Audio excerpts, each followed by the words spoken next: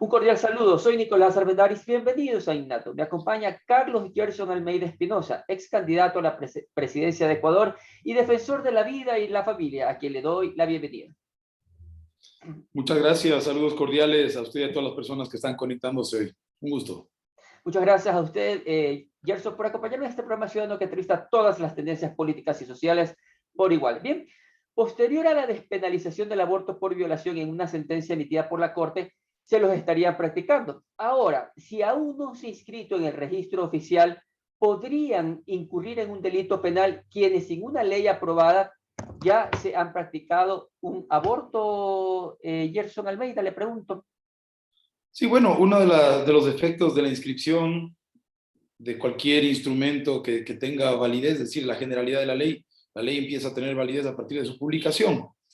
Pero, es decir, el dictamen de la Corte Constitucional lo que hace es ordenar que se dé una ley que reglamente o que instruya el procedimiento para que se proceda, de tal forma que ahí habría una discusión un tanto filosófica, ¿verdad? ¿Vale o no vale el aborto hecho? Entenderíamos en estricto derecho que la publicación es necesaria para que tenga efectos legales.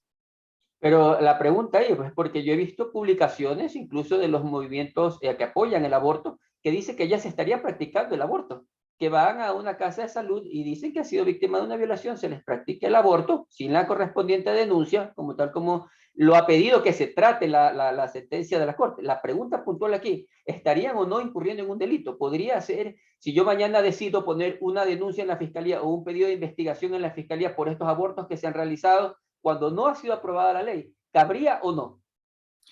La ley es muy clara, ¿no? Aquí tenemos que entender que hasta que no se derogue expresamente o hasta que no se determine claramente un procedimiento judicial, los jueces tendrían que resolver apegado a estricto derecho según lo que usted está estableciendo. ¿Cabría entonces sí una denuncia, un pedido de investigación, en este caso en la Fiscalía, sobre el tema? Tiene que procederse de acuerdo con la ley. Si la ley dice que es delito hacer un aborto en caso de violación o en cualquier otro escenario, los jueces son los que tienen que aplicar la ley, porque la ley es la que determina. Mire, aquí lo que estamos viviendo es una falta de aplicación de ley, falta de aplicación de norma. La Constitución está siendo violentada. La misma Corte Constitucional es la que se pasa por encima de manera increíble una norma del artículo 45. Entonces parece que el mismo ente que aparentemente tendría la obligación de hacer valer esta ley es quien está dando mal ejemplo en el incumplimiento de las leyes. De ahí que esto de aquí genera una inseguridad jurídica terrible. El artículo 45 no ha sido derogado. No hay una autorización expresa para que nadie aborte. Eso no es así. Lo que nosotros estamos entendiendo es que si es que se quiere establecer aborto por cualquier causa, primero tendría que derogarse el artículo 45 y eso solamente le compete al soberano, al pueblo ecuatoriano. Así que por mucho que personas particulares quieran hacer una aplicación antojadiza de esto de aquí, y más con este asunto que usted está refiriendo. Es decir, una persona va, simplemente decide, declara que ha sido violada sin una denuncia. Mire que el procedimiento... Es que esto es lo que estaría pasando, pues, pastor. Por eso es que yo he visto publicaciones, los mismos movimientos pro abortos indican que ya estarían incurriendo en estos procedimientos de aborto por violación. Entonces, ¿para qué serviría la ley? Pues, ¿no? Usted hace mención a la Constitución, artículo 45, que nace de un referéndum donde los mandantes dimos el voto para que se respete y se garantice la vida desde la concepción. Ahora, que la sentencia de la Corte es inapelable, ¿cómo lo manejamos, pues? A ver, aquí tenemos que hacer, vea que yo estoy escuchando a una serie de, voy a abrir comillas, de constitucionalistas, cierro comillas, que dicen que ahora todos los derechos son relativos. Entonces el derecho a la vida suyo es relativo, el mío es relativo, el del que está en el vientre es relativo y depende de otras cuestiones. Cuando la Constitución es muy clara, ¿no? La ley dice, la norma constitucional dice que desde la concepción una persona goza del derecho de la vida. Pongamos el siguiente ejemplo. El día de mañana a una persona de estas no le conviene que Gerson Almeida viva, pide autorización a la Corte Constitucional y la Corte Constitucional autoriza. Eso es lo que se ha hecho hoy con esa interpretación extensiva. Entonces, usted bien ha señalado, ¿quién ha determinado esa constitución? Esa constitución lo ha determinado unos asambleístas constituyentes que fueron elegidos por el pueblo directamente. Es decir, ya que les gusta la ponderación, ya que les gusta hacer este balance, entendamos que los jueces de la Corte Constitucional no han sido nombrados de la manera como si fueron nombradas las personas que estuvieron en la Constituyente. Por lo tanto, la voluntad del pueblo prevalece. Y además, la voluntad del pueblo está establecida porque la norma constitucional es una forma de la expresión de la voluntad del pueblo ecuatoriano. El rato que se está pasando por encima de esto aquí, tenemos que la Corte Constitucional está yéndose en contra de la voluntad del pueblo. Aquí nosotros tenemos entonces que el pueblo tendrá que decidir contra eso, porque parecería que hay un candado infranqueable, ¿no? Que ya determinó la Corte Constitucional. Entonces la Corte Constitucional viene a ser algo así Sí, como por un ejemplo, ente estamos en todopoderoso. Corea del Norte, donde un número de jueces reducidos decide y se puede pasar por encima de la Constitución. En esa parte estoy bastante claro y quiero preguntarle por la presunción de inocencia, pastor, antes de darle paso, porque aquí, a ver, si un violador, ¿no?, comete este delito de ultrajar a una mujer, tiene la presunción de inocencia, ¿no? ¿Cómo entenderíamos que el ser que está dentro, que en primera instancia es femenino, para esto, para las que salen a decir vivas nos queremos, a una niña, no voy a decir niño, niña, una niña que simplemente por ser producto de una violación no tiene ese derecho a la presunción de inocencia? Ese es un Bueno, punto, dígame, le escucho. sí, esto es no solamente es una antinomia jurídica, ¿no? Sino que es una barbaridad. Esta es una barbaridad, porque se pone, mire, aquí hay una serie de aberraciones jurídicas que nos ponen en entredicho. La Corte Constitucional ahora estamos en un estado fallido, estamos en un estado de facto. Esta es una dictadura, o sea, ellos ya determinaron pena de muerte para el inocente, que es el nasciturus, o sea, el que está en el vientre. En el delito de violación está el violador, que como usted bien señala, se presume su inocencia, está el sujeto pasivo, que es la señora violada o la persona violada, y está el nasciturus. La responsabilidad penal, mediante pena de muerte, se está trasladando directamente al inocente. Estamos en un estado fallido, por eso es que la consulta popular puede revertir esa determinación de la Corte Constitucional. Sería una opción la consulta popular, según lo que usted me estaría indicando, ¿no? Esa es la única. Pero Es la única Guillermo Lazo forma. ha sido muy claro decir que esto lo haría para el 2023 para evitar un costo económico. Esa es la única forma. Mire, para mí ese es un asunto de trascendental importancia. Lo digo y lo repito, siempre lo he dicho, lo dije en campaña electoral, hoy lo vuelvo a decir. El principal elemento de todo Estado es la población. Y el presidente de la República tiene la obligación de cumplir y hacer cumplir la ley. Y la ley en el artículo 45 expresa de manera puntual que tenemos los ecuatorianos derecho a la vida, desde la concepción y hasta la muerte natural. O sea que esto nos defiende a todos. Si es que a esto le vamos a relativizar, mire, alguien decía, vamos a hablar de la temporalidad, hablemos de la temporalidad. Entonces yo, como abogado, les pregunto, desde lo que ustedes están proponiendo es desde qué momento violamos la ley, o sea, en qué parte de la ley la violamos. La ley es absoluta, la ley ¿Desde no cuándo es el tema relativa. del aborto por violación se convirtió en una opción generalizada? Esa sería la pregunta. Porque la vida es continua, la vida no se interrumpe. Desde el proyecto, desde el nombre del proyecto entenderíamos que hay algo que no cuadra bien, ¿no? Entonces, pero sin embargo, el día de mañana, jueves, el 3 de febrero, si no me equivoco, se va a debatir el proyecto, ¿no? Veamos si es que alcanzan los 70 votos para aprobar. Pero ¿qué pasa aquí? Existe también un proyecto de minoría que no ha sido sociabilizado, lo mismo, por fuentes de los mismos asambleístas que me han comentado, no ha sido sociabilizado este proyecto que permitiría que se realice un aborto. ¿Usted está de acuerdo con que existe una temporalidad para practicar un aborto, Gerson? No, no, absolutamente no. Le vuelvo a decir, es como decirme, hagámosle relativa a la ley, a la norma constitucional. Hagámosle relativo al derecho a la vida. Es decir, matemos, ¿qué tal que yo voy más allá y digo, matemos a todas las personas, o a alguien se le ocurre, matemos a todas las personas que hayan sido, que hayan nacido producto de una violación? Eso se llama discriminación. Estamos discriminando al nasciturus por la forma como fue concebido. Entonces, eso de ahí de ninguna manera, no existe temporalidad. La ley lo establece de manera puntual y clara, desde la concepción, desde ahí goza de la protección. Entonces, ¿qué es lo que le corresponde hacer a la Asamblea Nacional? Como dice el mismo texto constitucional, la ley constitucional o la norma constitucional es de aplicación directa e inmediata por todos los organismos. Ellos deben decir, esto es inaplicable, esto trae una antinomia, no se puede porque la norma constitucional se da así, y claro que existe el candado que les van a decir que están en desacato, pero eso es la voluntad del pueblo ecuatoriano. O después del presidente de la República lo que puede hacer es vetar definitivamente y llamar a la consulta popular. Así que estamos hoy en un Ok, punto de un debate jurídico. pero hagamos de cuenta que no pasa ni el proyecto de mayoría ni el proyecto de minoría, ¿no? la sentencia, por eso volvemos al principio de lo que le preguntaba a la entrevista, que la sentencia esté firme. Y ellas, como indican, que es un derecho que han venido luchando por años, ¿no? Por eso también quiero conocer un poco de la gestión Provida, porque aquí parecería que este derecho que ellos la han ganado con un trabajo, con un esfuerzo, como así lo mencionan, parece que sí se podría dar y se podría mantener ya porque la sentencia es inapelable. Pues. No parece que estaríamos volviendo a lo mismo. Repito, puede ser, yo pregunto, ¿será válida una sentencia inmoral, inconstitucional, ilegal, Pero la están antipública? aplicando, por eso le pregunto. ¿Cabría No, la no, denuncia en la fiscalía? le están queriendo aplicar. Ahora están queriendo darle el tinte, ¿no? Y vuelvo a repetir, la persona que vaya contra ley expresa tiene que afrontar una consecuencia jurídica.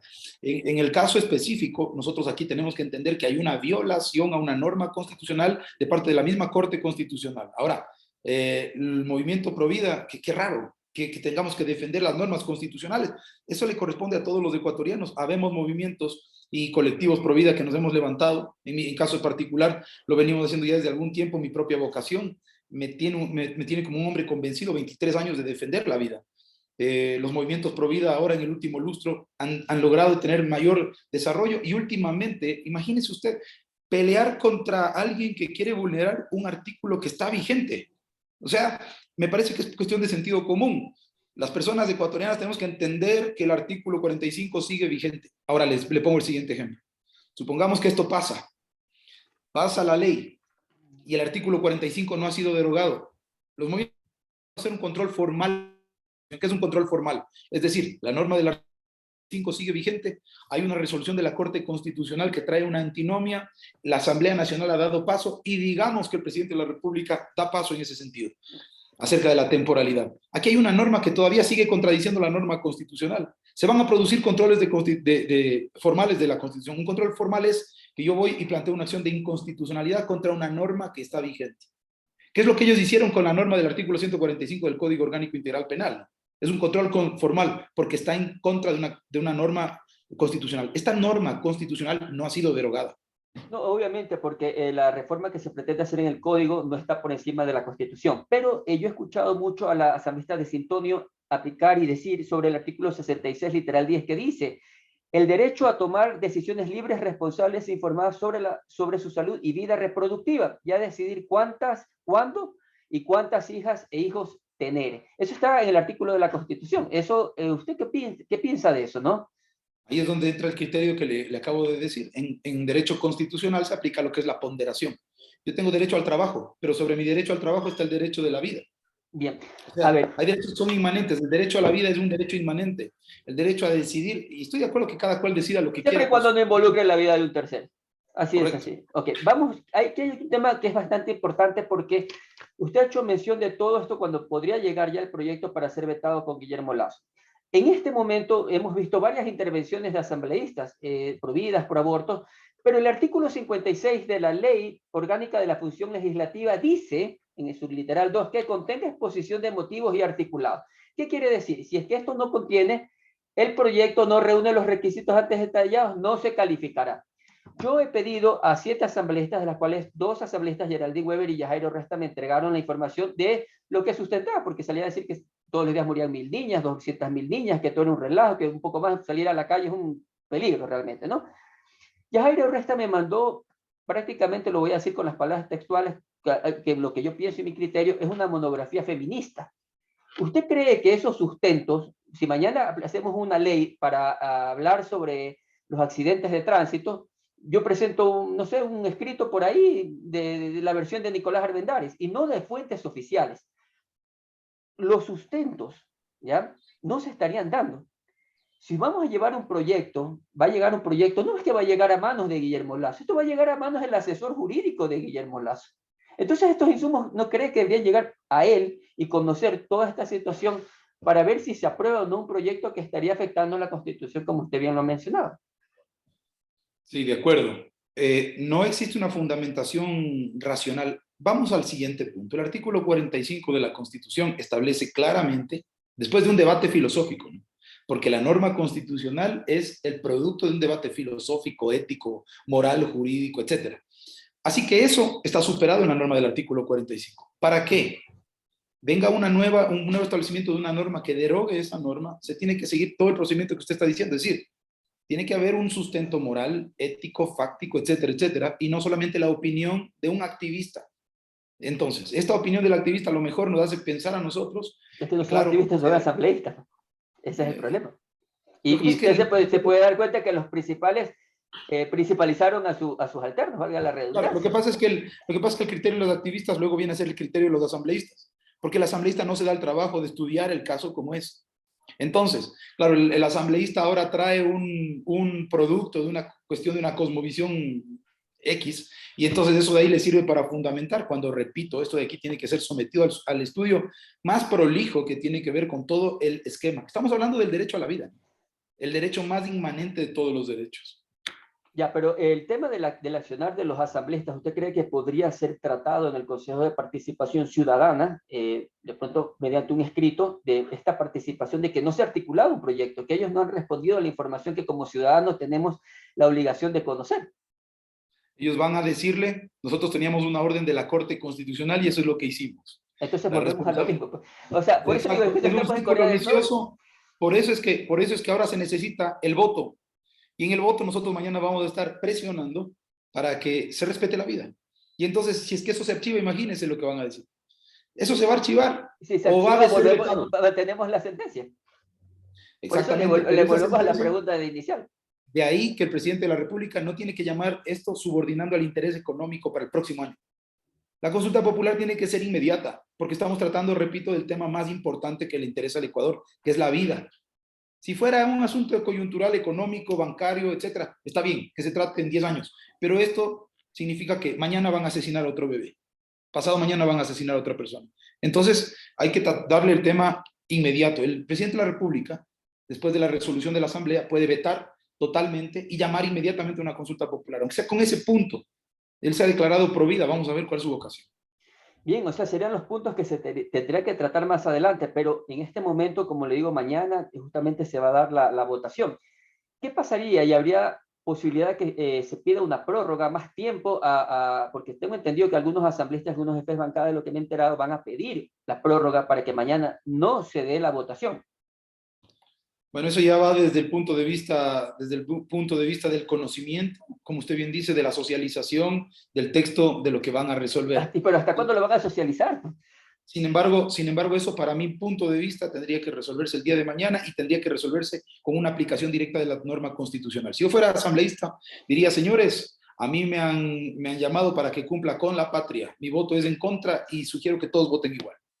A ver, usted como ex candidato a la presidencia del Ecuador ha sido prácticamente el único que se ha manifestado a favor de la vida. El ex candidato Javier Herbas mencionó que él apoya el aborto en el caso por violación a las mujeres, lo dijo en el programa La Posta, pero no hemos escuchado las posiciones de los otros ex candidatos a la presidencia. ¿Usted cree que sería importante que ellos se pronuncien sobre esta situación? Bueno, junto con mi binomio Marta Cecilia Villafuerte, nosotros fuimos parte de un acuerdo que se nos llamó, y en el cual nosotros hablamos acerca de nuestra vocación provida. Nosotros éramos y somos personas providas por convicción. ¿Y esto qué quiere decir? Que nosotros no vamos a regatear en el hecho de la temporalidad, informe de mayoría, informe de minoría, qué es lo que nosotros queremos, cuándo vamos a violar la ley. La vida se respeta desde la concepción y absolutamente.